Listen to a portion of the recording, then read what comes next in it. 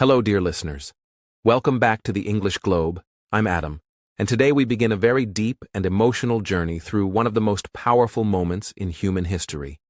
This episode is titled, The Day the World Changed Forever, Hiroshima and Nagasaki. These two cities became symbols of tragedy, war, and a future that the world never expected to face, the nuclear age. And I'm Julia. Before we begin, we'd love it if you could like this video, subscribe to the English Globe, and hit the notification bell so you never miss an important episode like this one. Also, let us know in the comments where in the world you're listening from and tell us your opinion on today's topic. We always enjoy hearing your thoughts, and your feedback helps us build a better global learning community. When we talk about Hiroshima and Nagasaki, we are not just talking about war, bombs, or military action. We are talking about real people, real lives, real cities, and a moment when science, politics, and human suffering all collided. On August 6th and August 9th, 1945, 2 atomic bombs were dropped on these cities by the United States, causing death, destruction, and consequences that still affect us today. In this podcast series, we'll go step by step through the events leading up to those days. We'll explore how the world was at war, how scientists built the bomb, how the targets were chosen, and how these two cities became symbols of both horror and hope. We'll also hear survivor stories and discuss why this moment remains so important in today's world. Let's set the stage. The year is 1945. World War II has been raging for 6 long, painful years. Millions of lives have been lost. Europe is finally beginning to recover after Germany's surrender in May. But in the Pacific, the war between the United States and Japan is far from over. The battles are fierce, and Japanese forces are showing no signs of giving up. Leaders in the US knew that invading Japan could cost hundreds of thousands more lives. Some experts even predicted over 1 million casualties. The American government was desperate to end the war quickly. But there was something else. A secret project that had been in the works for years. It was called the Manhattan Project, and it was about to change everything. At the heart of this episode is a simple, haunting truth. For the first time in history, humanity created a weapon capable of destroying entire cities in seconds. The atomic bomb was no longer science fiction. It was real. It was tested. And now, it was ready to be used. The world was not prepared for what would come next, and neither were the people of Hiroshima and Nagasaki.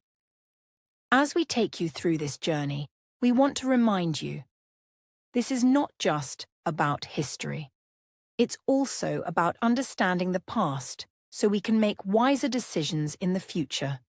We owe it to the survivors, to the families, and to future generations to learn the lessons from Hiroshima and Nagasaki with honesty, compassion, and responsibility. So take a deep breath, find a quiet space, and listen closely. This is not an easy story, but it is a necessary one. In the next section, we will go back in time and explore the world before the bombs. What led to such a devastating choice, and why the world had already been through so much pain before August 1945. Once again, thank you for joining us on the English Globe. Don't forget to like, subscribe, and tell us in the comments where you're listening from and what you think about today's topic. Was it justified? Could it have been avoided? Let's start a respectful and meaningful conversation. Stay with us. Up next, we'll talk about the global stage during World War II and how Japan's role in the war made Hiroshima and Nagasaki military targets. This is history you won't forget. See you in Section 2. To understand Hiroshima and Nagasaki, we need to understand the world before the bomb. In 1939, World War II had already begun in Europe. Nazi Germany invaded Poland, and that sparked a chain reaction of war declarations.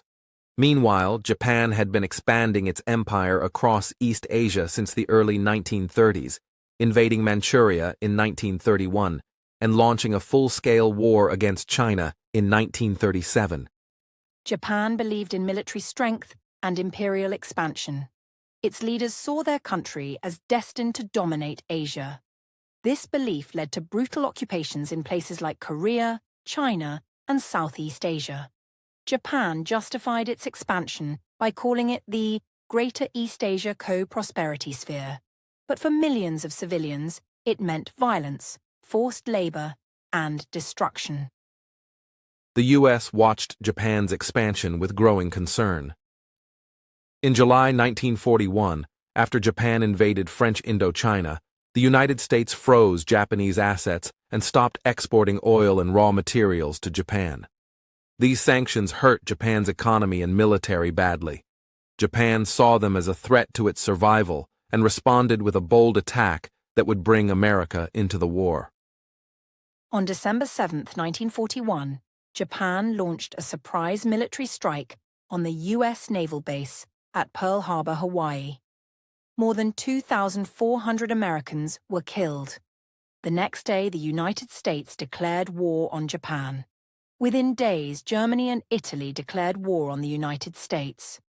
The global war had truly become worldwide, and the Pacific became a major front in the conflict.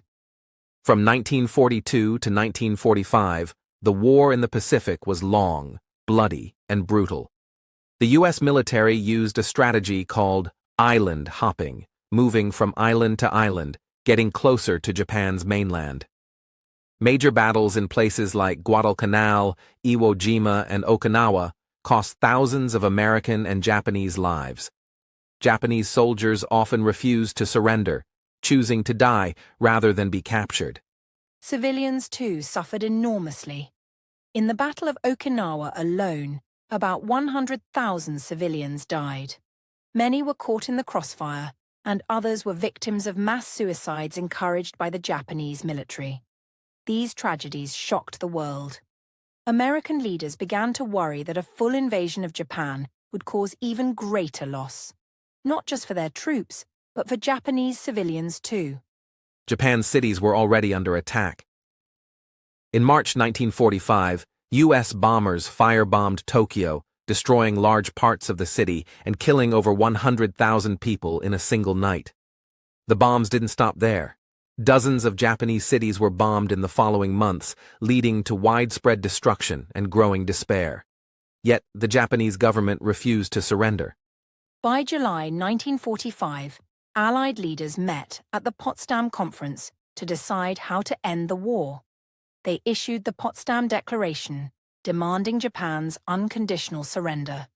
But the Japanese government, led by Prime Minister Suzuki, ignored the demand.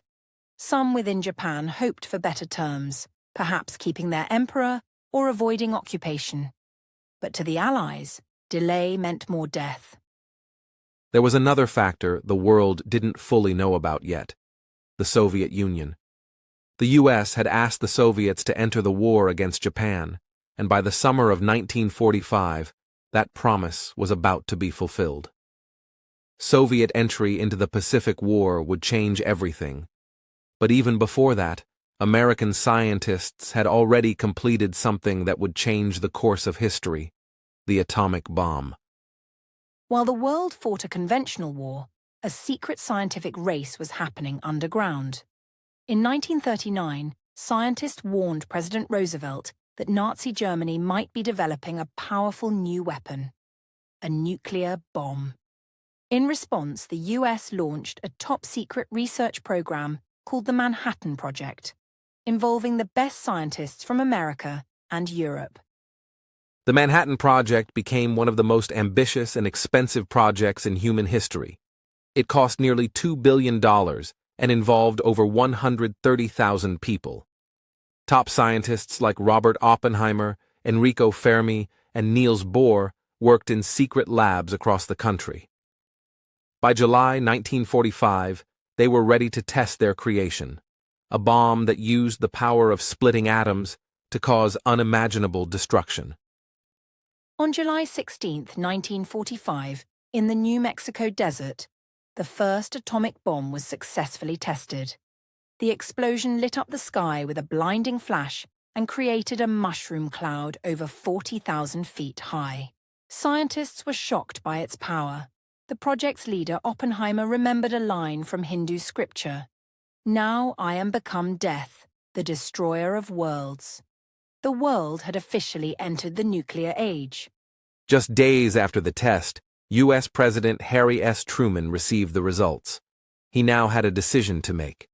Should the atomic bomb be used to force Japan to surrender, or should it be saved as a warning? Military advisors believed it could end the war quickly and save lives, avoiding a costly land invasion of Japan. But some scientists urged a demonstration test instead of using it on cities. The Japanese military leaders were still unwilling to surrender.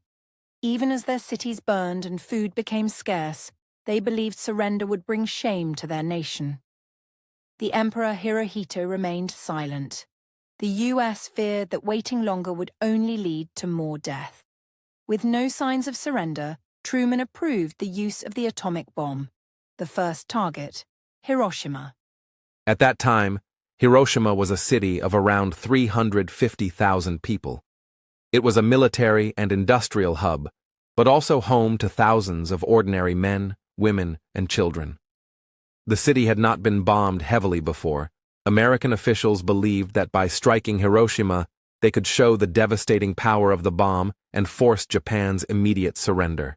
And so, with the decision made, the wheels were in motion. The bomb was prepared. The crew was trained. The date was set. A weapon unlike anything the world had ever seen was about to be used. Not in theory, not in a lab, but on a real city, full of real people. What came next would shock the world, shatter lives, and shape global history forever. The Manhattan Project was one of the most secret and ambitious scientific missions in history. It started in 1942, when the U.S. government feared that Nazi Germany might develop an atomic bomb. The goal was clear: beat Germany in the race to unlock nuclear energy and use it as a weapon. The project brought together top minds in physics, engineering, and chemistry under military control. At its peak, the Manhattan Project employed more than 130,000 people and cost about $2 billion, roughly $30 billion in today's money. Scientists worked in secret labs across the United States in places like Los Alamos, New Mexico, Oak Ridge, Tennessee, and Hanford, Washington. Few workers even knew what they were building. The secrecy was so tight, even Vice President Truman wasn't told about it until he became president. The scientific breakthrough behind the bomb was nuclear fission, the splitting of atoms to release vast amounts of energy. Scientists had discovered that uranium-235 and plutonium-239 were unstable materials that could sustain a powerful chain reaction. With enough of these materials, a bomb could produce an explosion bigger than anything mankind had ever created. Los Alamos Laboratory in New Mexico became the center of the project's scientific work. It was led by physicist J. Robert Oppenheimer, often called the father of the atomic bomb. Oppenheimer was brilliant, intense, and driven by a mix of scientific curiosity and patriotic duty. He assembled a team of the best physicists from the US, the UK, and refugee scientists fleeing Nazi-occupied Europe. There were two types of atomic bombs being designed. One used uranium-235 and was called Little Boy. The other used plutonium-239 and was named Fat Man. The uranium bomb was simpler in design but harder to produce because uranium-235 was rare and difficult to separate. The plutonium bomb was more complex but could be produced more efficiently at specialized plants. To enrich uranium, engineers used massive machines like calutrons at Oak Ridge. At Hanford, giant reactors produced plutonium by bombarding uranium fuel rods with neutrons. Thousands of workers operated these machines day and night, unaware that their work was part of building the most powerful weapon in human history. The pressure to succeed was enormous. In July 1945, the team was ready to test their creation. The Trinity test was held in the desert of Alamogordo, New Mexico. The scientists built a steel tower and placed the plutonium bomb at the top. On July 16th, at exactly 5:29 a.m., the bomb was detonated. A blinding flash lit the sky, followed by a massive fireball and shockwave. The mushroom cloud rose over 40,000 feet high. Witnesses were stunned. Even those who had helped design the bomb were shocked by its power. Windows shattered miles away. The desert floor turned to glass. Oppenheimer later recalled a quote from the Hindu scripture, the Bhagavad Gita. "Now I am become death, the destroyer of worlds." The test was a success. The bomb worked. The world had changed. President Truman was informed immediately. He was at the Potsdam Conference in Germany, meeting with British and Soviet leaders to plan the end of the war. When he learned the test had succeeded, he knew the U.S. had a new, unstoppable force. He mentioned to Stalin that the U.S. had developed a new weapon of unusual destructive force, but Stalin already knew through Soviet spies inside the Manhattan Project. Truman now faced a difficult decision. Should the bomb be used on Japan? Military leaders believed it would force Japan to surrender and save hundreds of thousands of lives that might be lost in a ground invasion. Some scientists, like Leo Szilard and Niels Bohr, warned that using the bomb would start a dangerous nuclear arms race and set a dark precedent for humanity. There were suggestions to first demonstrate the bomb on an uninhabited island as a warning. But others argued Japan might not be impressed or might deny the bomb's power unless it was used on a real target. Time was short. The war was still raging. Truman and his advisors decided to go forward. The bomb would be used to end the war as fast as possible. Meanwhile, the Target Committee had been preparing a list of potential Japanese cities for the bomb. They looked for cities with military value, good visibility, and minimal previous bombing damage, to measure the true impact of the bomb. After much discussion, the committee selected Hiroshima as the first target. It was a major military center and had not been heavily bombed. By the end of July, everything was in place. The uranium bomb, Little Boy, had been assembled. A B-29 bomber named Enola Gay was chosen to carry the bomb. Its crew was trained for the mission in great secrecy. The date was set for early August.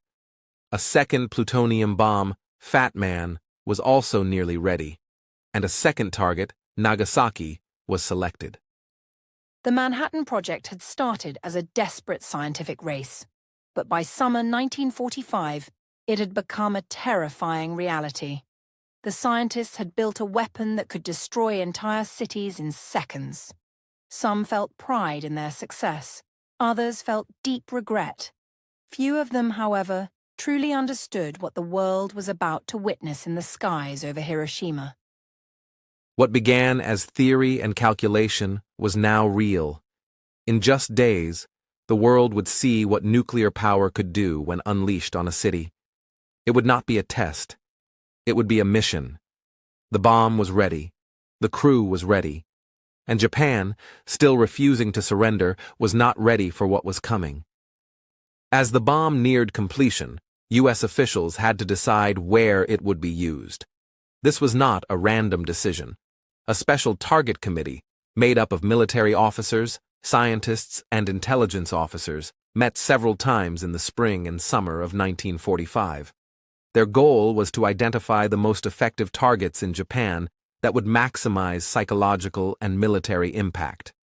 They considered several factors: military importance, size of the city, potential for fire damage, and the ability to measure destruction. They also wanted cities that had not been heavily bombed, so the effects of the atomic bomb could be clearly observed. In other words, they needed a clean canvas to display the full power of this new weapon to both Japan and the rest of the world. Several cities were evaluated, including Kyoto, Hiroshima, Yokohama, Kokura, and Niigata. Kyoto was a major cultural and historical center, home to beautiful temples and traditions going back centuries. It had been untouched during the war, but U.S. Secretary of War Henry Stimson objected. He had visited Kyoto before and believed its destruction would cause irreparable cultural loss. Stimson's objections were personal but influential. Kyoto was removed from the list. Hiroshima, however, remained a prime candidate. It had a population of about 350,000 people, was a key military command center, and housed supply depots, barracks, and troops. The city's layout, flat, dense, and surrounded by mountains, made it perfect for measuring bomb damage. Kokura, another military city, was also placed high on the list. It had an arsenal and weapon factories. Nagasaki, though industrial, was not the original top choice. It had geographical features, like valleys and hills, that might limit the blast radius. Yet, as events unfolded, Nagasaki would later become the second tragic target, not by initial design, but by weather and chance. The psychological effect was just as important as the physical destruction. US planners believed the bomb should cause shock, terror, and an immediate Japanese surrender. Some believed that demonstrating overwhelming force would prevent future wars. Others hoped it would send a warning to the Soviet Union, which was quickly becoming a post-war rival in global power. In July 1945, with the Trinity test proving the bomb's power, final preparations began. Hiroshima was officially chosen as the first target. Kokura remained second. Nagasaki was on the list as a backup. Orders were clear. If Japan refused to surrender after Hiroshima, the second bomb would follow within days. The decisions were made. There would be no further warnings. Though the US had dropped leaflets over Japanese cities earlier in the year warning of air raids, no one in Hiroshima received any direct notice of what was coming. The city's people continued their daily routines, going to school, working in factories, and raising families, unaware that their home had been chosen for total destruction. A little-known but debated part of this planning was the question of civilian casualties. The bomb would hit not just soldiers, but thousands of innocent people. Yet military officials believed this would shock Japan into surrender. Some scientists hoped the horror might be so great it would end all future wars. The logic was brutal, but so was the war itself. By the end of July, the uranium bomb, codenamed Little Boy, was ready. It would be carried by a specially modified B-29 bomber called the Enola Gay, piloted by Colonel Paul Tibbets. The crew trained on practice missions in the Pacific. They didn't know the full destructive power of the bomb, only that it was different from anything used before. Meanwhile, Japanese leaders continued to debate surrender. Despite losses, bombings, and the declaration from the Allies in the Potsdam Conference, Japan's top officials held firm. Some hoped the Soviet Union would help mediate peace. They didn't realize the Soviets had agreed to join the war against Japan and were preparing their own invasion from the north. With no surrender in sight, the US proceeded with the mission. Orders were issued. The date was set, August 6, 1945. The bomb would be dropped at first light. Weather conditions were favorable. Hiroshima, untouched and unaware, would be the first target of nuclear warfare. At that moment, history moved toward a point of no return. At 2:45 a.m., the Enola Gay took off from Tinian Island in the Pacific. It was a calm, quiet morning. The crew, trained for precision and speed, followed their route toward Hiroshima. No fighter planes escorted them. No alarms sounded in Hiroshima.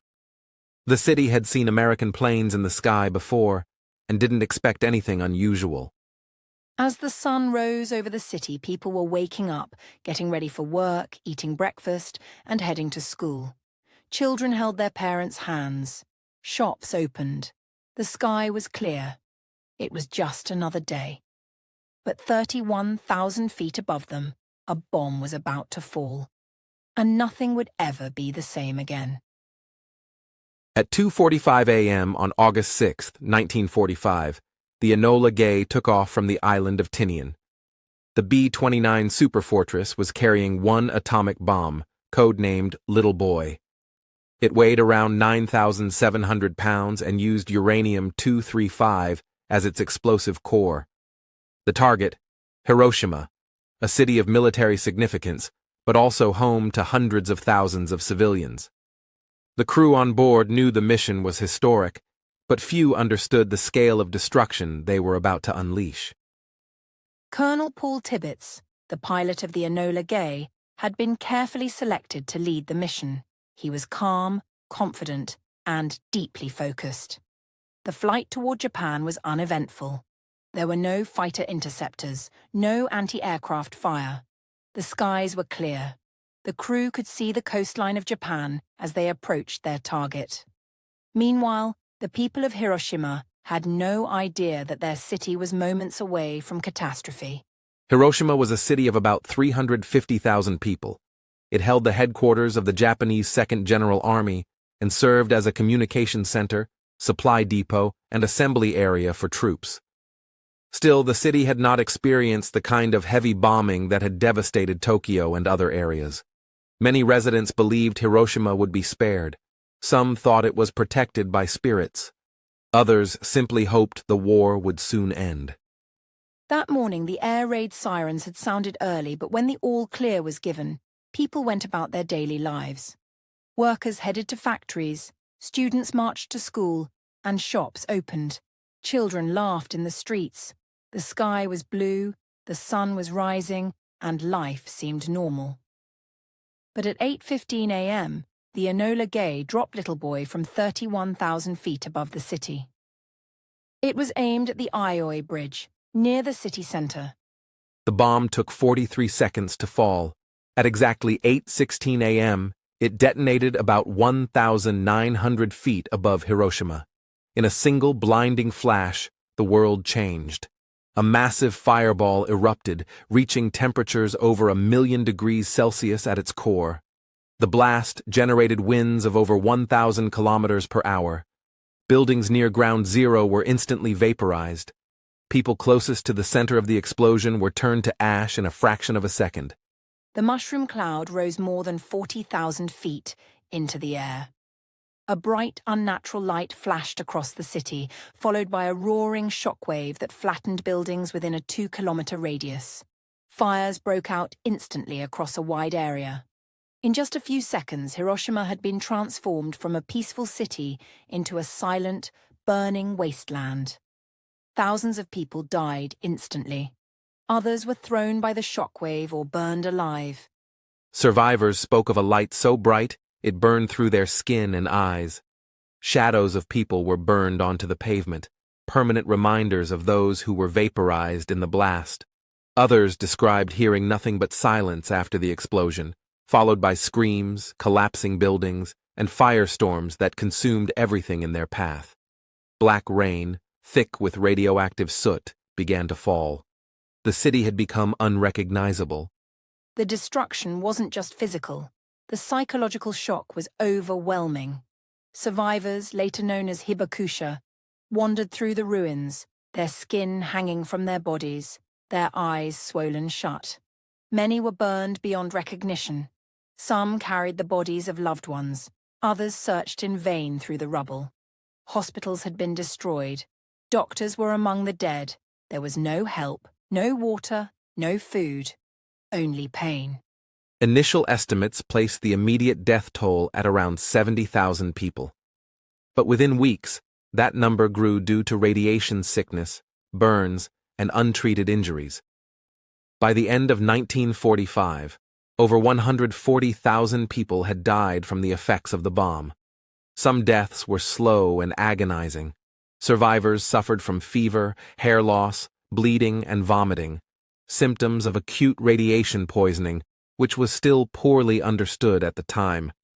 One young girl, Sadako Sasaki, became a symbol of the tragedy. She was only 2 years old when the bomb dropped. 10 years later, she developed leukemia caused by radiation exposure. In the hospital, she began folding origami cranes, inspired by a Japanese legend that folding 1,000 cranes could grant a wish. She folded over 1,000, but passed away at age 12. Today, children around the world still send paper cranes to Hiroshima in her memory. Journalists and officials were initially blocked from reporting the full scale of the destruction. But word began to spread. Photographs, witness accounts, and survivor testimonies shocked the world. Many Americans celebrated the news, believing the bomb had ended the war and saved lives. Others, including some of the bomb's creators, felt deep sorrow and regret. The ethical debate had only just begun. One of the scientists, Leo Szilard, had tried to prevent the bomb's use. He believed in the science but feared the consequences. Others, like Oppenheimer, were tormented. When President Truman later met Oppenheimer, the scientist said he felt he had blood on his hands. The weapon had done what it was designed to do, but its human cost was more terrible than many could bear. In Japan, the government was still divided. Even after Hiroshima, some leaders wanted to continue fighting. They believed the Americans could not have more than one bomb. But they were wrong. A second atomic bomb had already been prepared, and just 3 days after Hiroshima, another city would face the same fate. Time was running out. The world held its breath. The bombing of Hiroshima wasn't just the use of a new weapon. It was a message to the world, a display of unstoppable power. But behind that message were innocent lives. Mothers, fathers, children, teachers, soldiers. Each person lost that day had a name, a story, a future that would never happen. Hiroshima had become ground zero for a new age of warfare, one that threatened all humanity. What happened in Hiroshima should never be forgotten. It reminds us of what humans are capable of, both in science and in destruction. It raises questions we're still asking today. Was it necessary? Was it justified? Could peace have been reached another way? In the smoke and silence of Hiroshima's ruins, those questions began, and they have never fully been answered. Only 3 days had passed since Hiroshima was reduced to rubble, but Japan had still not surrendered.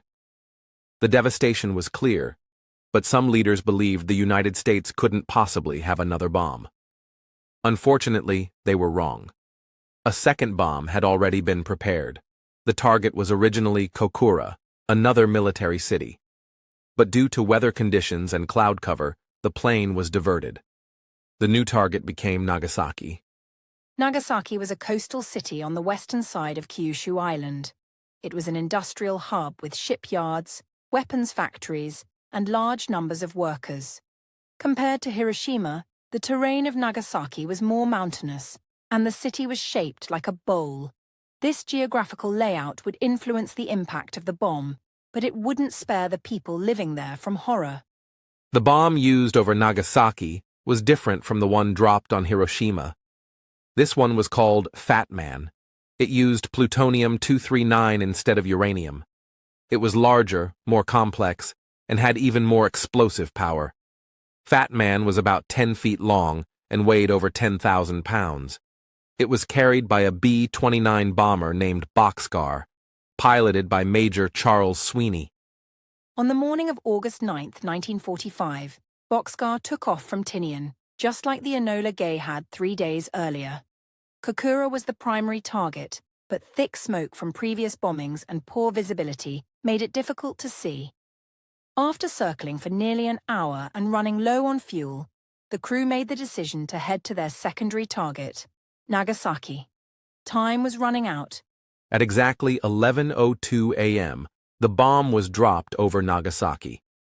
Because of last-minute changes in flight path and cloud coverage, the bomb missed its intended center by about 3 kilometers. Despite this, the destruction was overwhelming. Fat Man exploded at about 1,650 feet above the ground, generating a blast equivalent to 21,000 tons of TNT. The resulting fireball lit up the sky and unleashed a wave of destruction. Buildings within a 1-mile radius were instantly flattened. Fires broke out across the valley. A thick cloud of dust, fire, and ash rose into the sky. Estimates suggest around 40,000 people were killed instantly. Thousands more were injured or exposed to deadly radiation. Unlike Hiroshima, where most buildings were wooden, Nagasaki had more concrete and stone structures, which absorbed part of the shock. But still, devastation spread quickly. The city's famous Urakami Cathedral, once the largest Christian church in Asia, was destroyed in seconds. Hospitals collapsed. Schools vanished. Whole neighborhoods were reduced to ash. Survivors described a terrible wind, heat like the surface of the sun, and the eerie silence that followed. It was as if the city had disappeared. The terrain made rescue efforts more difficult. People were trapped in collapsed homes and burning buildings. Doctors and nurses were overwhelmed. The few medical workers who survived were forced to treat the wounded with limited supplies. Many victims died from burns, shock, or radiation. Children wandered the streets looking for their parents. Entire families vanished. Even those who survived the initial blast would suffer from long-term effects: radiation poisoning, cancer, and psychological trauma. Some people in Nagasaki had family in Hiroshima and knew about the first bombing. But they didn't believe it could happen again. No one imagined 2 atomic bombs would be used. There was no warning. The destruction came suddenly. For those who lived through both bombings, and there were some, the trauma was almost beyond comprehension. One such survivor was Tsutomu Yamaguchi. He was in Hiroshima on a business trip on August 6th and survived the blast. He returned to his home in Nagasaki, only to experience the second bombing 3 days later. He lived to tell the story, becoming one of the few officially recognized survivors of both nuclear attacks. His life became a powerful symbol of resilience and tragedy. The Japanese government was thrown into shock. News of the second bombing, combined with the Soviet Union's declaration of war and invasion of Manchuria on August 8th, created a crisis. Japan's military leaders argued to continue the fight, but Emperor Hirohito had seen enough. He made a rare and personal decision. He would speak directly to the Japanese people and call for surrender. On August 15, 1945, Emperor Hirohito's voice was broadcast across Japan for the first time. In a calm and somber tone, he said the war must end to avoid further, more grievous consequences. Many citizens didn't understand at first. The speech was in formal language and never directly used the word surrender. But it marked the end of World War II. The fighting was over. By the time peace was declared, Nagasaki's death toll had risen to over 70,000. Like Hiroshima, more would die in the months and years ahead from injuries, burns, and radiation-related illnesses. Survivors, the hibakusha, faced not just physical suffering, but also discrimination. Many were shunned, seen as cursed or contaminated.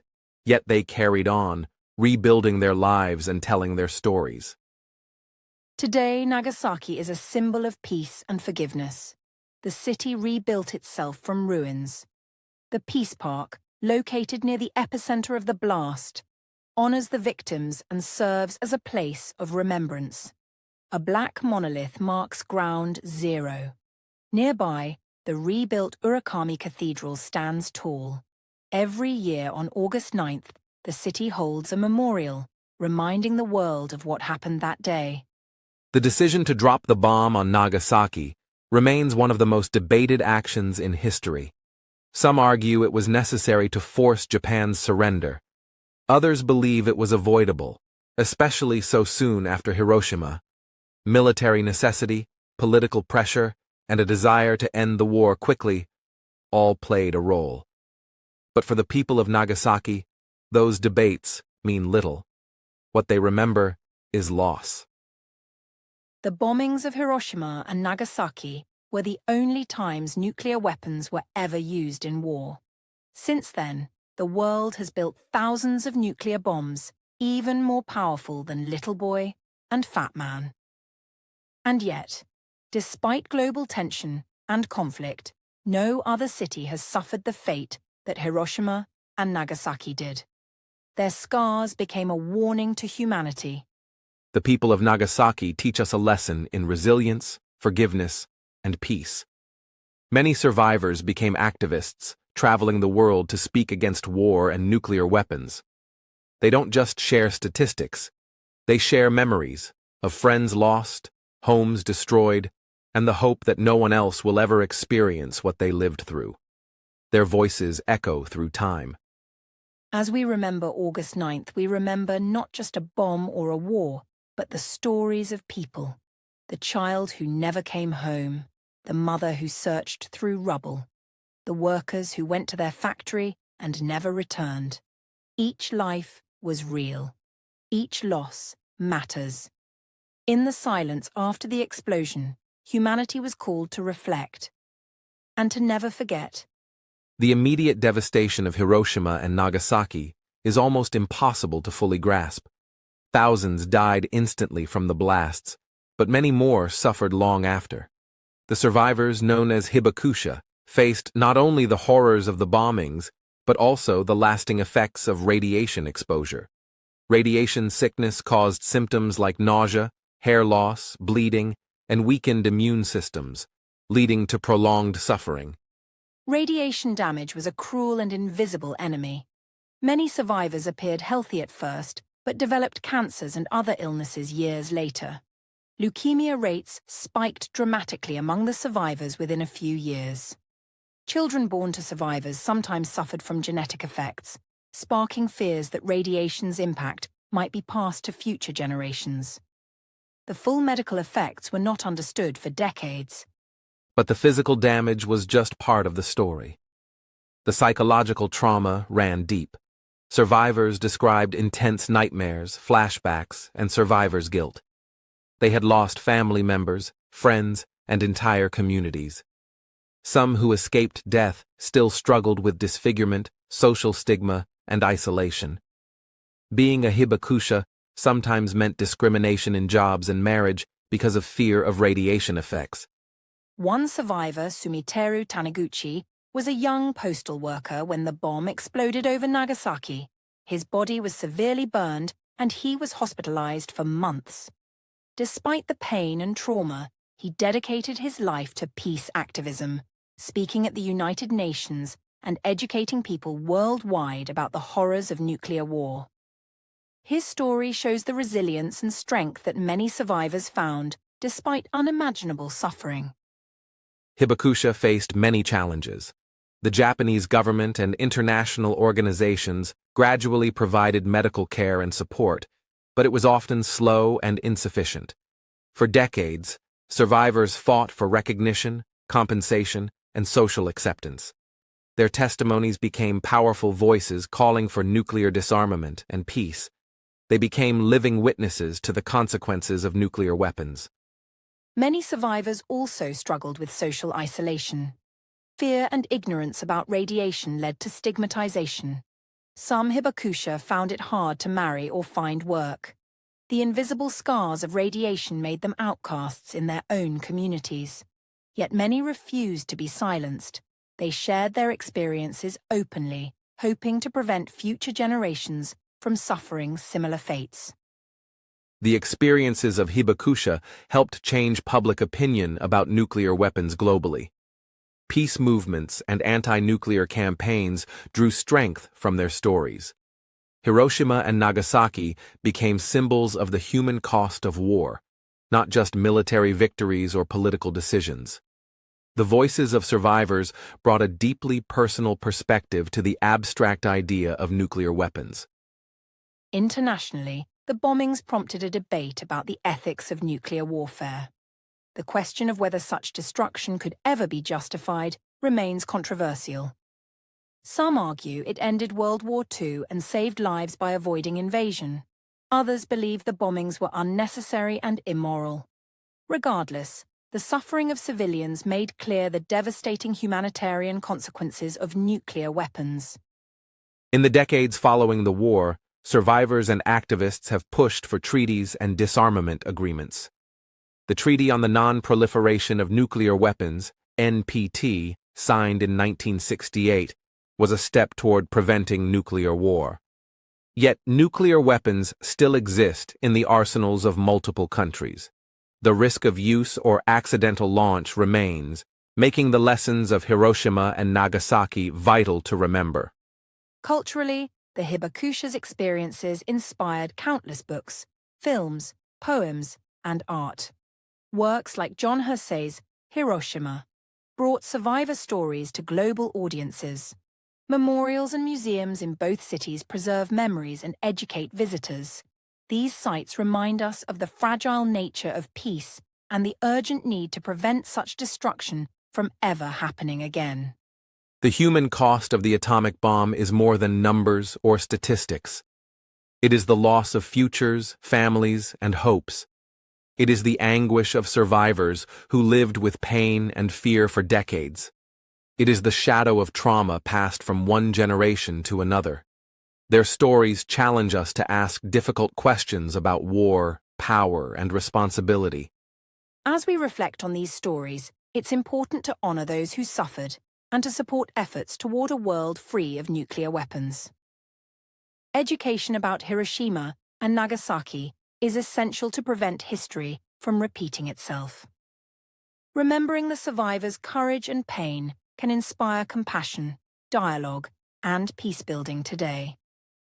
The legacy of the Hibakusha reminds us that the consequences of war reach far beyond battlefields. It touches lives in profound and lasting ways. The world must listen to their voices, voices that cry out for peace, understanding, and a commitment to protect humanity from nuclear devastation.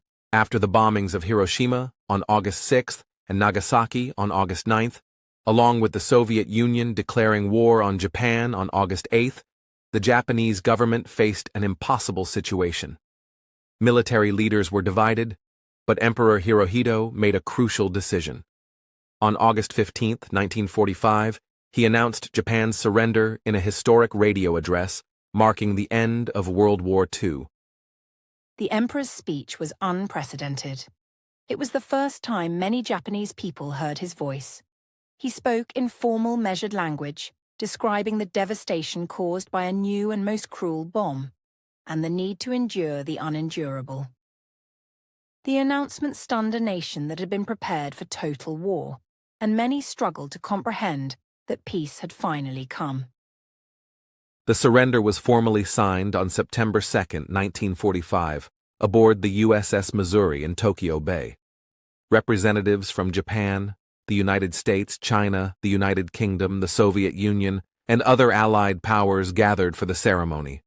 This official act marked not only the end of hostilities, but the beginning of a new era of peace, reconstruction, and global cooperation. Japan's post-war situation was dire. The bombings had destroyed large parts of two major cities, and the economy was in ruins. Millions were homeless, injured, or suffering from radiation effects. The country faced starvation, disease, and uncertainty. The occupation by Allied forces, led by General Douglas MacArthur, began reforms aimed at rebuilding Japan's political, economic, and social systems. One of the most significant changes was the adoption of a new constitution in 1947. It renounced war as a sovereign right of the nation and prohibited Japan from maintaining military forces for war purposes. Article 9 of the Constitution became a symbol of Japan's commitment to peace and a rejection of militarism. This was a profound shift for a nation that had engaged in aggressive warfare for decades. The international community also responded to the atomic bombings. The United Nations, founded in 1945, aimed to promote peace and prevent future conflicts. The bombings heightened awareness of nuclear weapons' destructive potential, sparking early efforts toward arms control. Yet, the Cold War soon began, and the world entered an arms race that would last decades, increasing the global stockpile of nuclear weapons. For survivors in Hiroshima and Nagasaki, recovery was slow and painful. Many lacked access to medical care, clean water, and food. Radiation illnesses continued to claim lives for years. However, the cities gradually rebuilt. Hiroshima, once a symbol of destruction, became a city of peace, with memorials, parks, and museums dedicated to promoting nuclear disarmament and educating future generations. Similarly, Nagasaki transformed from devastation to renewal. Its Peace Park and museum stand as reminders of the past and calls for a nuclear-free future. Both cities hold annual ceremonies to honor the victims and promote peace. These commemorations are powerful events, attended by survivors, families, dignitaries, and peace activists from around the world. The bombings also influenced global politics profoundly. The display of nuclear power shaped U.S. diplomacy and military strategy throughout the Cold War.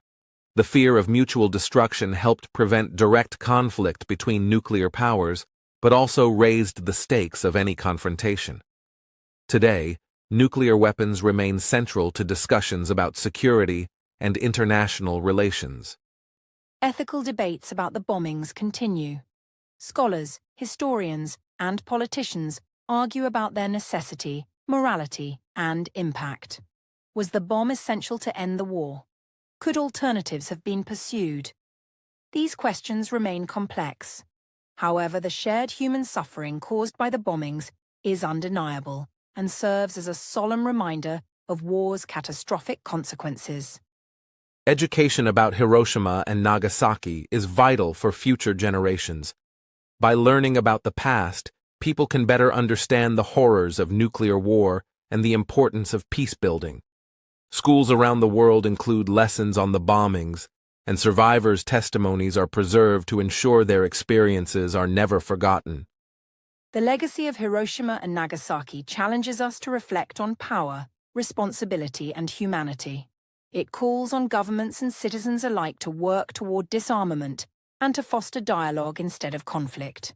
The city's stories are warnings but also messages of hope, that even from the ashes of destruction, peace and reconciliation can emerge. As we remember the end of World War II and the aftermath of the atomic bombings, we honor those who lived through this dark chapter. Their resilience inspires efforts for a safer world. Their losses remind us of the cost of war, and their voices encourage us to imagine a future free from nuclear threat, a future where such devastation never happens again. The atomic bombings of Hiroshima and Nagasaki marked the beginning of a new and dangerous era in global history. The sheer destructive power of nuclear weapons stunned the world and dramatically shifted international relations. Countries quickly realized that the atomic bomb was not just a weapon of war, but a symbol of ultimate power and influence on the global stage. Following World War II, the geopolitical landscape rapidly changed. The alliance between the United States and the Soviet Union, which had been crucial in defeating Nazi Germany, dissolved into deep mistrust and rivalry. This competition between the two superpowers sparked the Cold War, characterized by ideological conflict, espionage, and an intense arms race focused largely on nuclear weapons development. The United States held a monopoly on nuclear weapons for a few years, but the Soviet Union tested its first atomic bomb in 1949. This breakthrough shocked the West and escalated tensions. What followed was a relentless buildup of nuclear arsenals, with both sides developing more powerful hydrogen bombs and sophisticated delivery systems, including intercontinental ballistic missiles capable of reaching any point on the planet. Other countries soon sought nuclear capabilities as well. Britain, France, and China developed nuclear weapons programs during the 1950s and 1960s, while nations like India, Pakistan, and Israel joined the club later.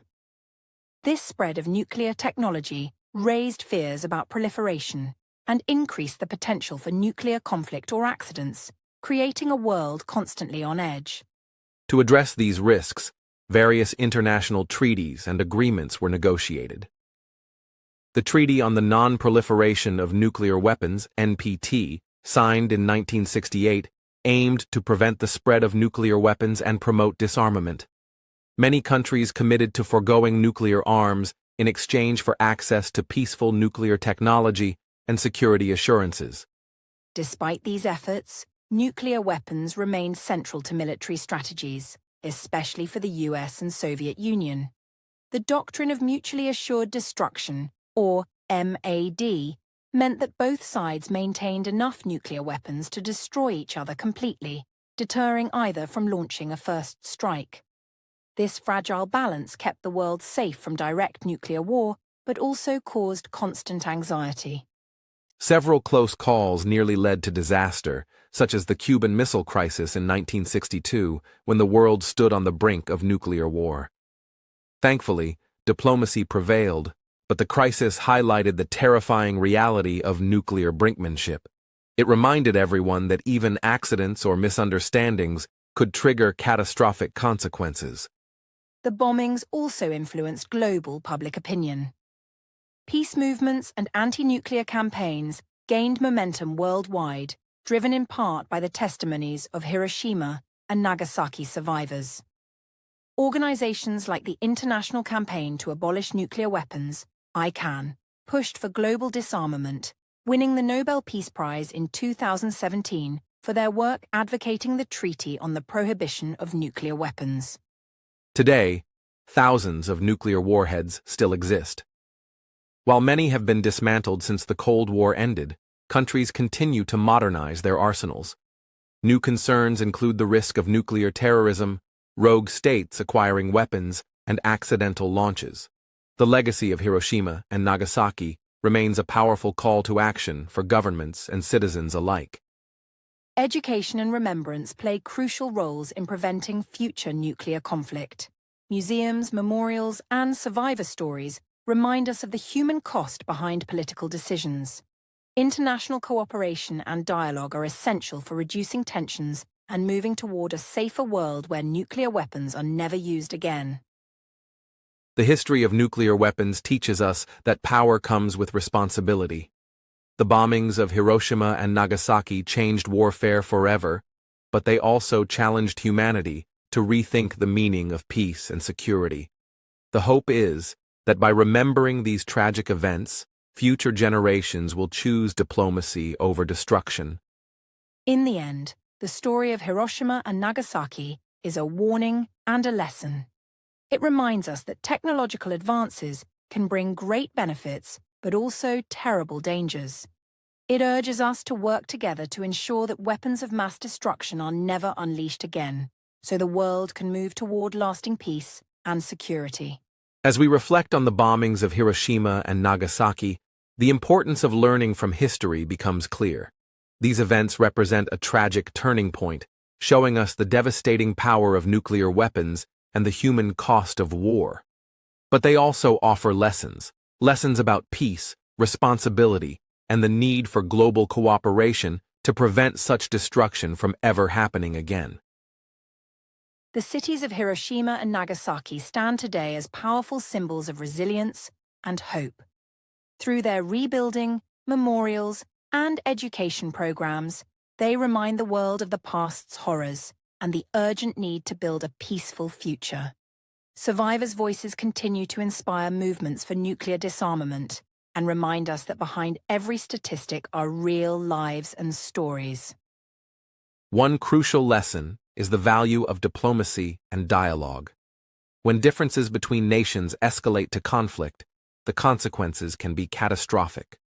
The bombings teach us that the path to peace requires communication, understanding, and compromise. International institutions, treaties, and peaceful negotiations are essential tools for resolving disputes without violence. Another lesson is the responsibility that comes with scientific and technological advancement. The atomic bomb was a product of human ingenuity, but its use unleashed destruction beyond imagination. As science advances, it is vital to consider ethical implications and ensure technologies serve humanity's welfare rather than its destruction. The legacy of Hiroshima and Nagasaki also calls on us to recognize the shared humanity that transcends borders and politics. The victims were civilians, men, women, children, caught in the crossfire of global conflict. Remembering their suffering helps us build empathy and a commitment to protecting human rights and dignity in all circumstances. Education plays a vital role in this mission. Schools worldwide include lessons about Hiroshima and Nagasaki to teach young people about the dangers of nuclear war and the importance of peace. Survivor testimonies, museums, and cultural programs keep these memories alive, ensuring that future generations understand what is at stake. On a global scale, disarmament remains a challenging but necessary goal. While many nuclear weapons have been dismantled since the Cold War, significant arsenals remain.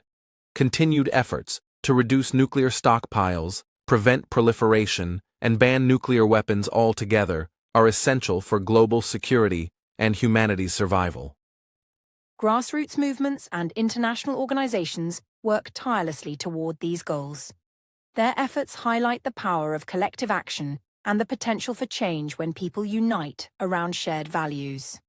The Hibakusha's courage in telling their stories fuels this momentum, reminding the world that peace is possible, but requires vigilance and dedication. The path forward also involves fostering a culture of peace, respect, and cooperation. Conflicts rooted in fear, hatred, or misunderstanding can escalate to violence if left unchecked.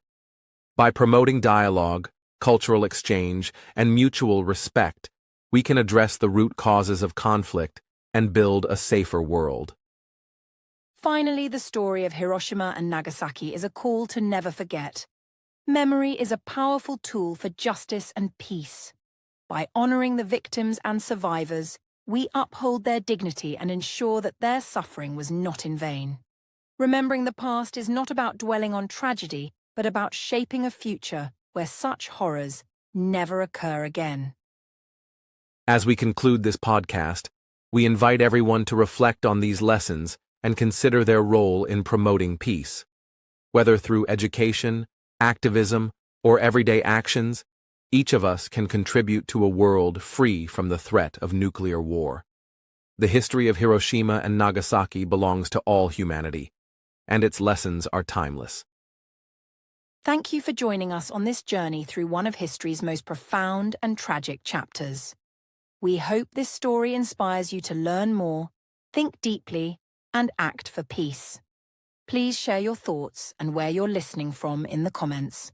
Together, let's keep the memory alive and work toward a better future.